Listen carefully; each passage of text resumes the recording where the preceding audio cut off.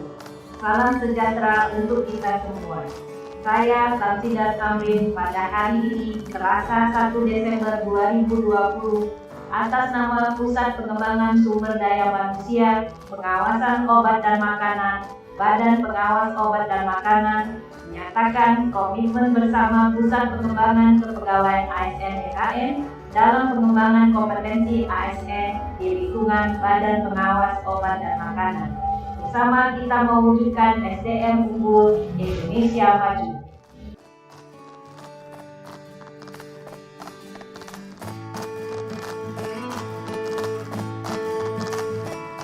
Assalamualaikum warahmatullahi wabarakatuh. Salam sejahtera untuk kita semua. Saya Abdul Hakim.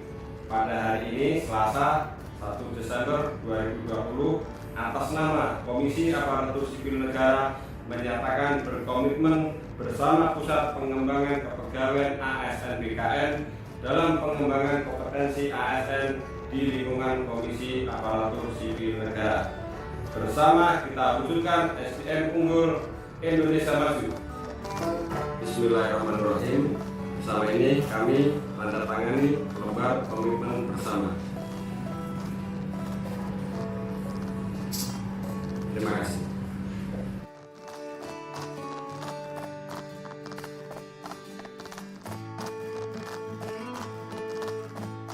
Bismillahirrahmanirrahim.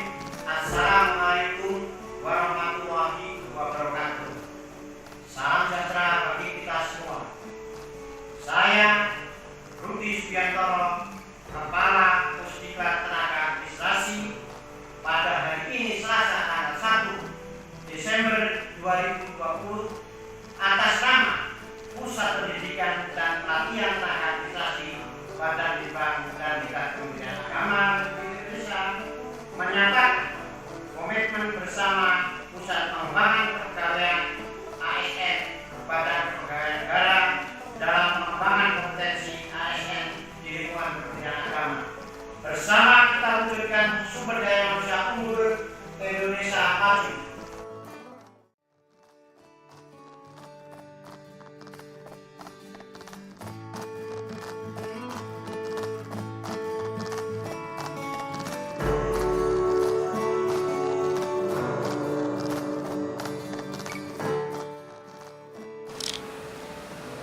Assalamualaikum warahmatullahi wabarakatuh. Salam sejahtera untuk kita semua. Saya Ahmad Jalis.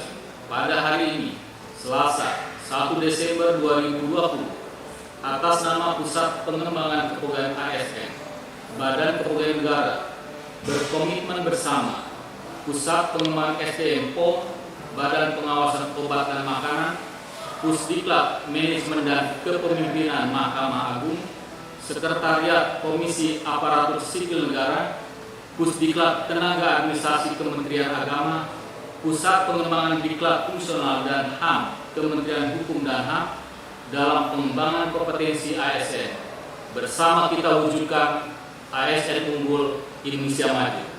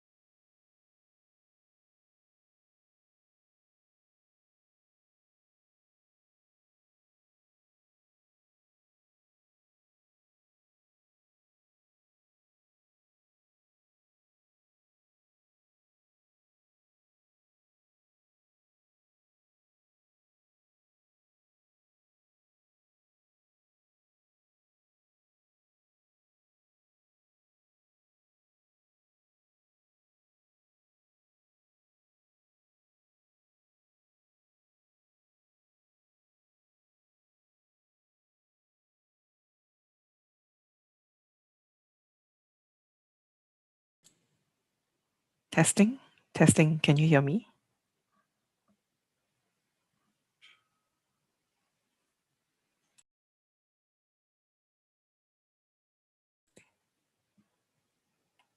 Testing 1, 2, 3.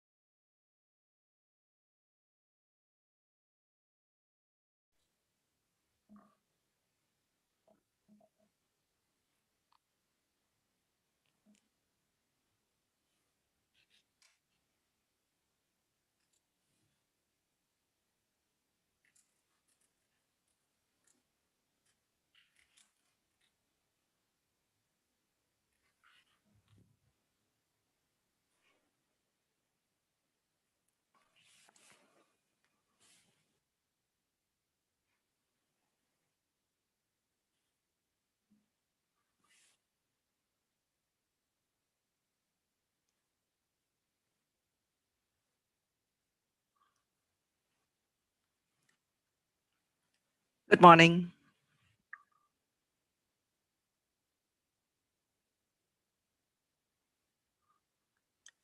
It's okay.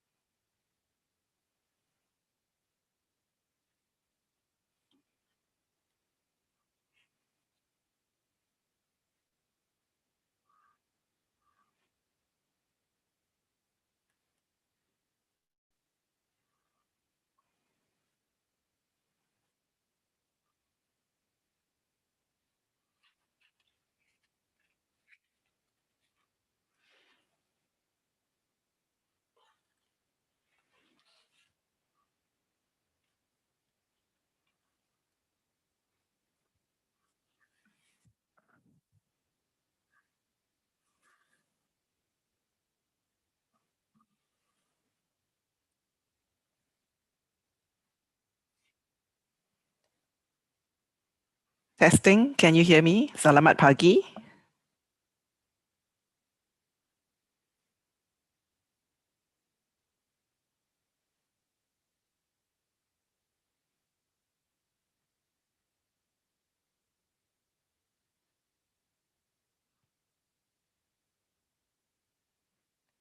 Thank you, terima kasih. Okay, let me share screen. Okay, can you see the screen? Okay, all right. Okay, I'll start now. Thank you. Yep. Chairman, BKN, Pak Bima, Deputy for Implementation of Competency Development, LAN, Pak Basan, Pak Riwan, Session Moderator, and colleagues from the Indonesian Civil Service. Selamat pagi, very good morning to you. It is indeed my honor today to represent the Public Service Division in Singapore to be here with you to share on our experience in implementing the competency-based HRM to build a future-ready and agile public service. So maybe before I begin, a very short introduction on the Public Service Division. We are the organization in Singapore Public Service that oversees the HR development for the whole public service. So we set the policies and the broad programs, and we then work with our various public agencies to implement these programs. Okay, so quick introduction to the Singapore Public Service workforce. Singapore is very small, so we are only about 5.6 million in population size. Our public service employs 146,000 employees.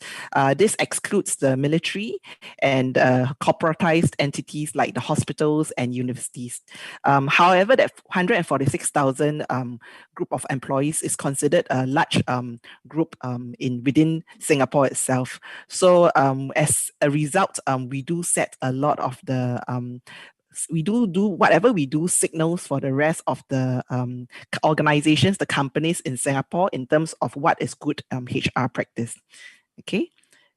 So we have a unique tripartite system, which is the government, the businesses, and the unions. And we work hand in hand to implement all our national HR manpower policies. Okay, so for example, when we moved our retirement age and re-employment age up a few years back, Singapore Public Service, we actually implement these policies ahead of time, meaning ahead of the legislation. So if the legislation for the retirement age was raised in 2019 to 62, actually what we did was we implemented it 1 year earlier. Okay, so this is our unique and the very important role that the Singapore Public Service plays for national manpower policies. Okay, very quickly, I think I thought to share why we really need to focus on skills and competencies, at least from the Singapore perspective. Okay, the public service delivery needs to evolve. We know that we are all working in a VUCA environment. Technology evolution is very fast paced. As a result, it does disrupt a lot of the business model. And in terms of the way that we work, the way we deliver public service, it's actually give us a new way, a new opportunities to implement it and to deliver it more efficiently and more effectively. Certainly with the recent pandemic, it has also shown that actually the way we deliver public service has to change because we cannot rely on face-to-face interaction. This does mean that if a lot of our public officers who used to be working face-to-face with our clients, if the pandemic continues on and we do really need to rely a lot more on technology to deliver our services, it does means that our public officers needs to have the competencies required in this new public service delivery model. So that's one area. I think from a complexity perspective for Singapore, we do have a very fast-paced aging population.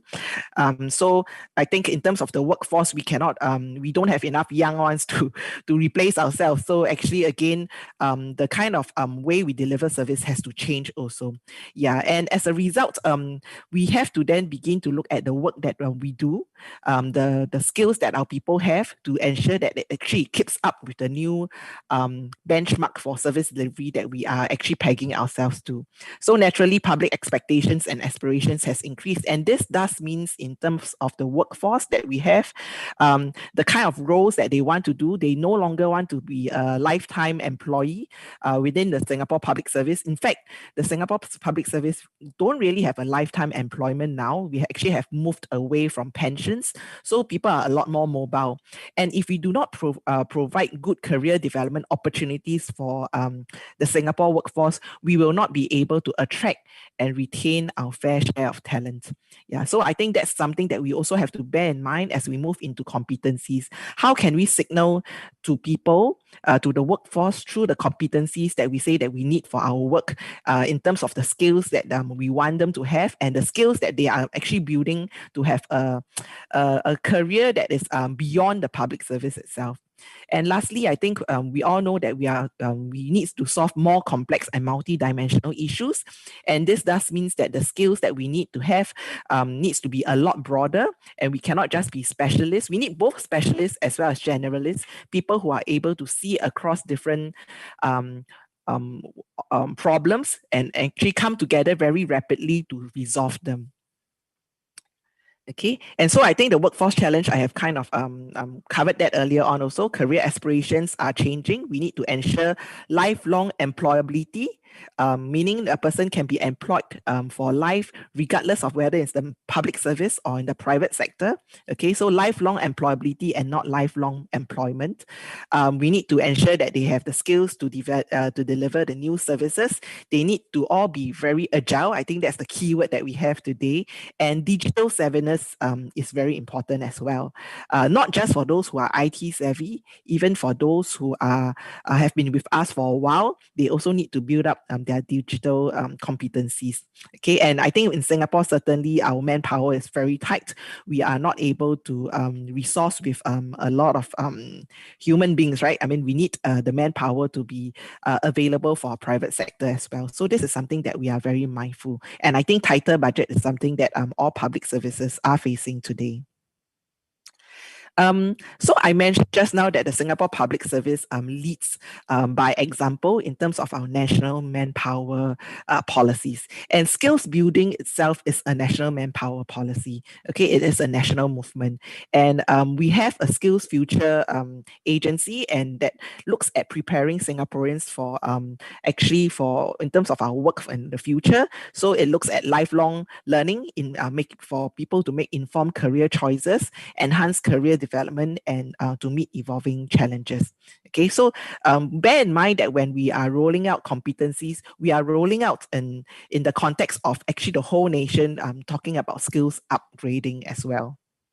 Okay, and so this is just a snapshot from the website My Skills Future to show that every Singaporean, we do have a Skills Future login page whereby we actually have our educational qualification all captured there. The Skills Future website will also point us to courses that are useful for us in terms of the labor market, what the market is looking out for, so that we can continuously learn and grow at the same time. Okay, now I'm coming to the types of competencies that the public service seeks to grow. Okay, when we look at in the Singapore Public Service, when we look at the types of competencies, we are really looking at 4 levels. The first one is core competencies at the top, which is really what is relevant to all public officers. Okay. The second one is leadership competencies. As a leaders, we articulate, that means we tell you, if you are PermSec, this is the competencies that you ought to have. If you are DS, this is the type of competencies that you have. So we kind of spell it out. We also have a third one called the functional competencies, which we are really looking at the technical competencies required for different professions. And the last but not least is really the sectoral competencies. And I will talk a bit more about all this for over the next few slides. So on the first one, on core competencies, this is really quite new. We kind of refreshed our core competency framework over the last year, and we just implemented it. And we look at core competencies from three areas. One is from the head, which is the ability to think and make decisions. The other one is really from the heart, which is the ability to really empathize with our citizens or our clients or businesses to get the work done. And the last one is really the hands, meaning that you not only can think, you not only can feel, but you can actually do it, and you can do it in a very fast, in a very agile manner to solve problems and to get things done. And the way you do it is not to do it by ourselves, by one organization, but across many organizations, and also working with our civil servants and also other stakeholders. So this is really quite important. And lastly, is the legs, which is the ability to not just do the work that we are doing today, but we are always moving ahead, moving forward to think about what are the problems that we ought to be solving. How can we scale ourselves up and learn new things and apply it to our jobs? And how can we continue to innovate? So these are the four areas that undergirds our core competencies. Now, if you look at the right-hand bottom, the bottom right-hand side, the yellow part, we also have articulated two very broad core competencies for officers who are in supervisory positions, meaning they are managing a team. So it's looking at not just stewarding systems for today, not just doing what you need to do for today, but again, forward-looking, what are the issues that we need to solve tomorrow and able to think about them. And the second part, which is very important, is the ability to care, not just show care and concern, but also to develop and nurture our staff who are under us. Okay, so these are the overall, the core competencies that we have said that applies to all public officers. And what we have done for this is we have gone to engage officers on this. We have kind of articulated beyond these top competencies, what are the behaviors that we think shows these competencies for in the context of the agency's work. So this is about not just articulating a frame for all public officers, but actually translating it to what is meaningful to each officer when they are on their job. Okay, so it's about personalizing the competencies. The second competencies is the leadership competencies. And here is really an elaboration of what we commented earlier on in terms of the ability to look ahead and also to do the work that is today. We said that for all leaders, we really expect them to be able to not only just manage the ministry or your team today, but also to look and drive change and transformation for tomorrow. So those are the bottom boxes. It's about how you lead internally. Then above is really about how do you lead beyond your team or beyond your ministry, meaning you cannot be just looking inward, but you need to look out. You need to think about how do you manage the external environment, and also how can you, very importantly on the blue box, how can you be a very effective team member of the whole collective leadership? Meaning that you cannot just be a leader, say for my PermSec, you cannot just be the head of public service division. You have to be a very valued and team player of the entire public service core leadership group. Okay, so this is about, as a leader, recognizing that as a leader, you also work as a group. And this is very important because I think we all talk about how do we ensure good interagency collaboration and coordination. Yeah, and I think the essence to this is to recognize that we are all part of a larger team and we are not just a leader of one organization itself. Okay, what is very important here, beyond showing that this is the leadership competency framework, we have kind of translated this to a 360 feedback survey for all leaders. And this 360 feedback survey is done once every 2 years. So once every 2 years, every leader will be asked to do this 360 feedback survey. As a leader, I will ask my boss to comment about me. I'll ask my peers to comment about me, and I'll ask my officers who I'm supervising to give me comments also. And the questions in this 360 feedback survey are tied to the leadership competency framework.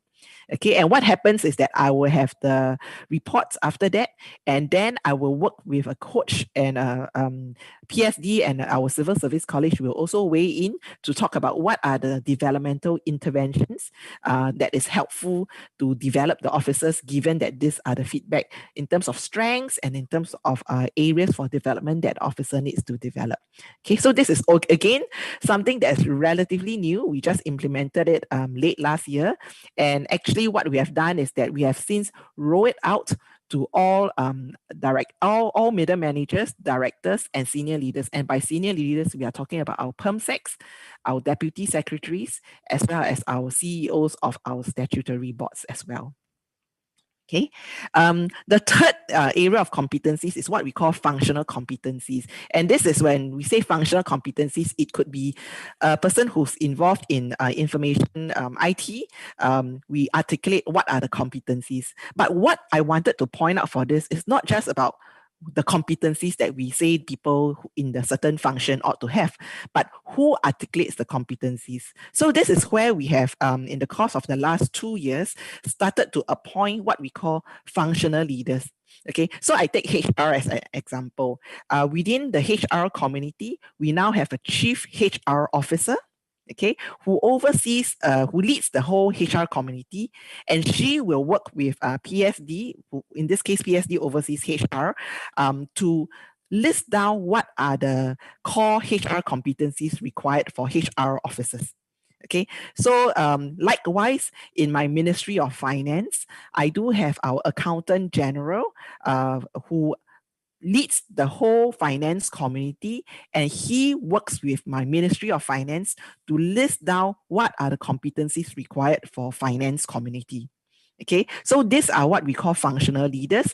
They lead the community. They talk about what is needed in order to really develop the workforce itself so that they have the right skill sets to transform the function. Okay, so this is, I thought this is quite unique, and I also know that this is something which, for example, the Australian Public Service, the United Kingdom Public Service is also beginning to look at this. So they are, I think, in many public services, we are beginning to appoint functional leaders or functional heads to lead the community and to play a role in articulating competencies and translating these competencies to actually appointments and succession planning. And I'll show you a bit later on this. And the last one is really what we call competencies developed for key sectors, because we also know that within each sector, you need the sector to work very closely. And competencies provide a very good lingo to kind of gel people together to think about things in a similar fashion so that we are able to work better together. So for example, in our social sector, we have our Ministry of Health, our Ministry of Social and Family, our Ministry of Education that works together, and actually undergirding the people who are in there, they all are the leaders, or rather, they all are undergirded by key social sector competencies.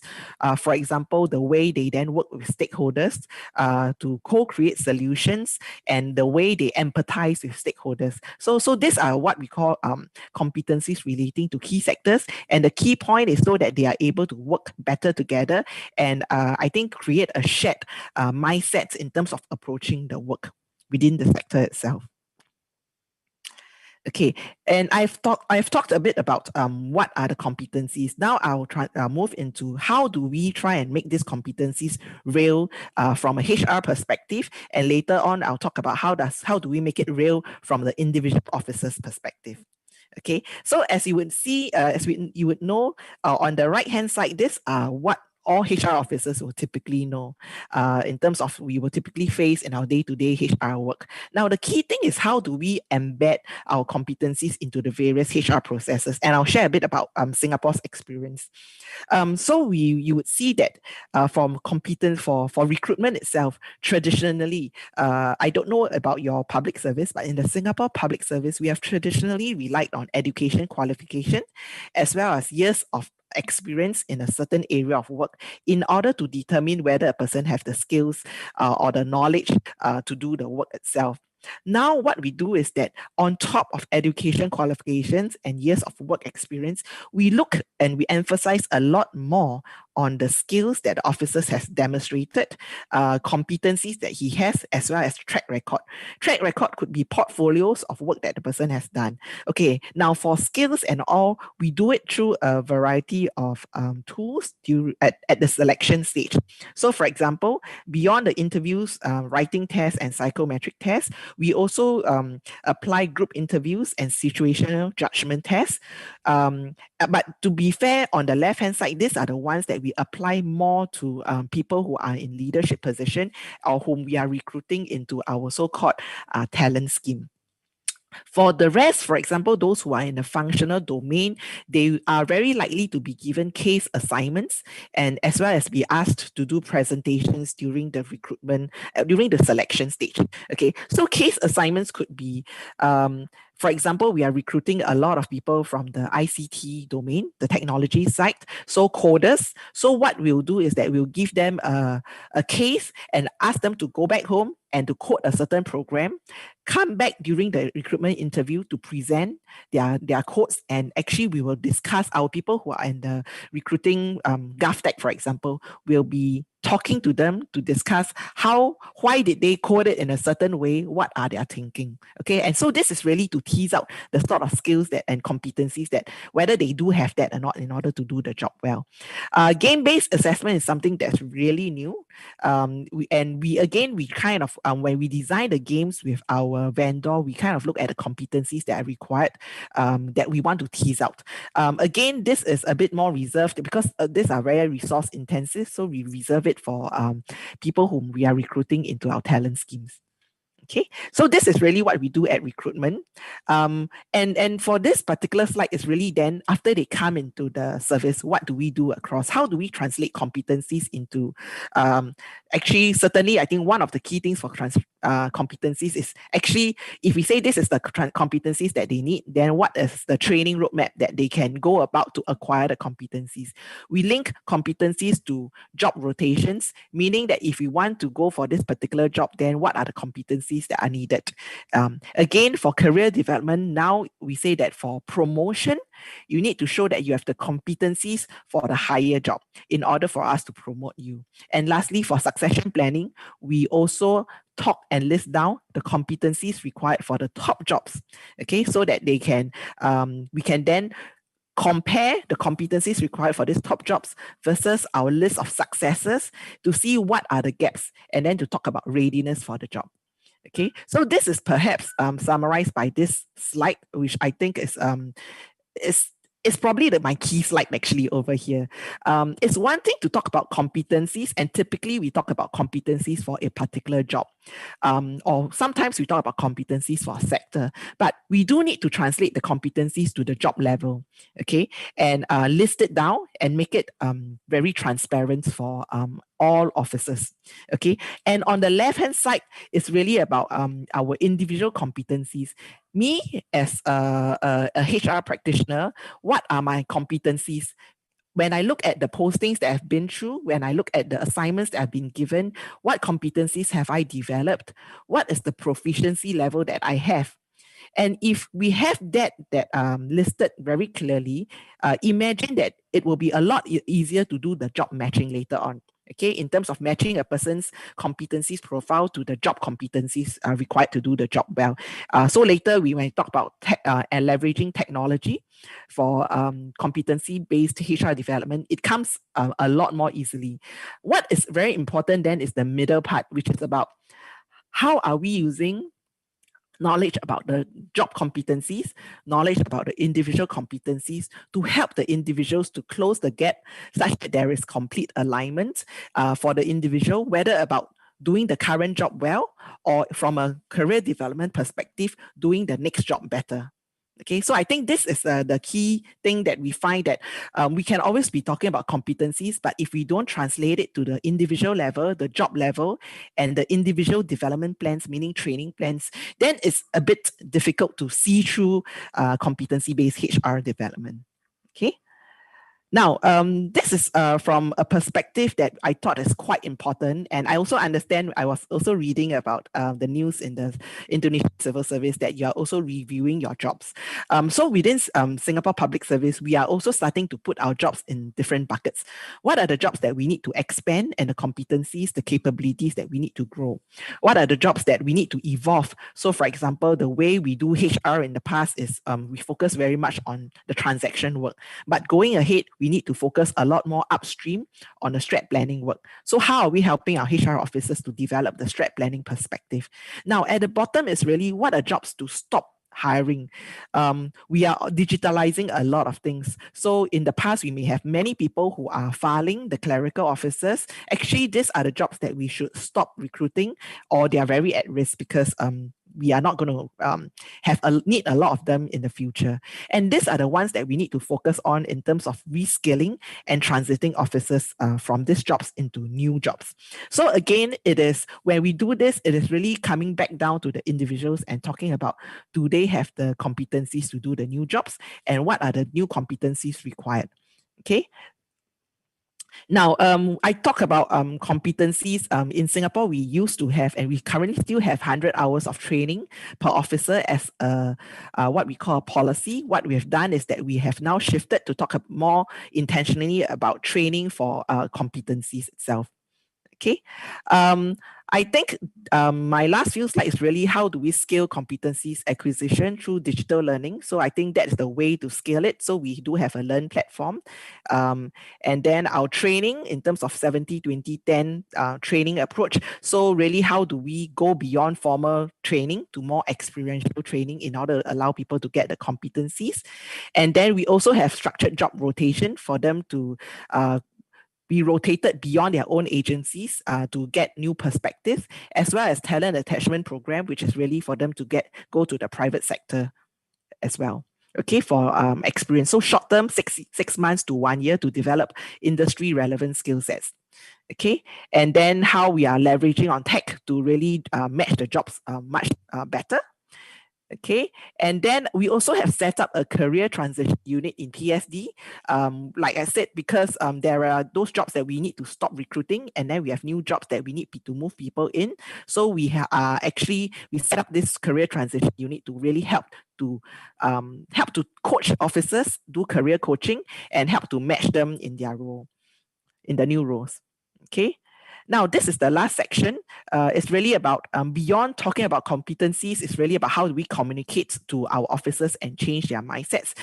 We remember competencies is but a means and not an end. The end goal itself is to ensure that we have a workforce that's very engaged and very committed in actually acquiring new skills and doing their jobs well. So communication about the desired outcomes needs to be taken from an employee perspective, that they are still doing meaningful jobs.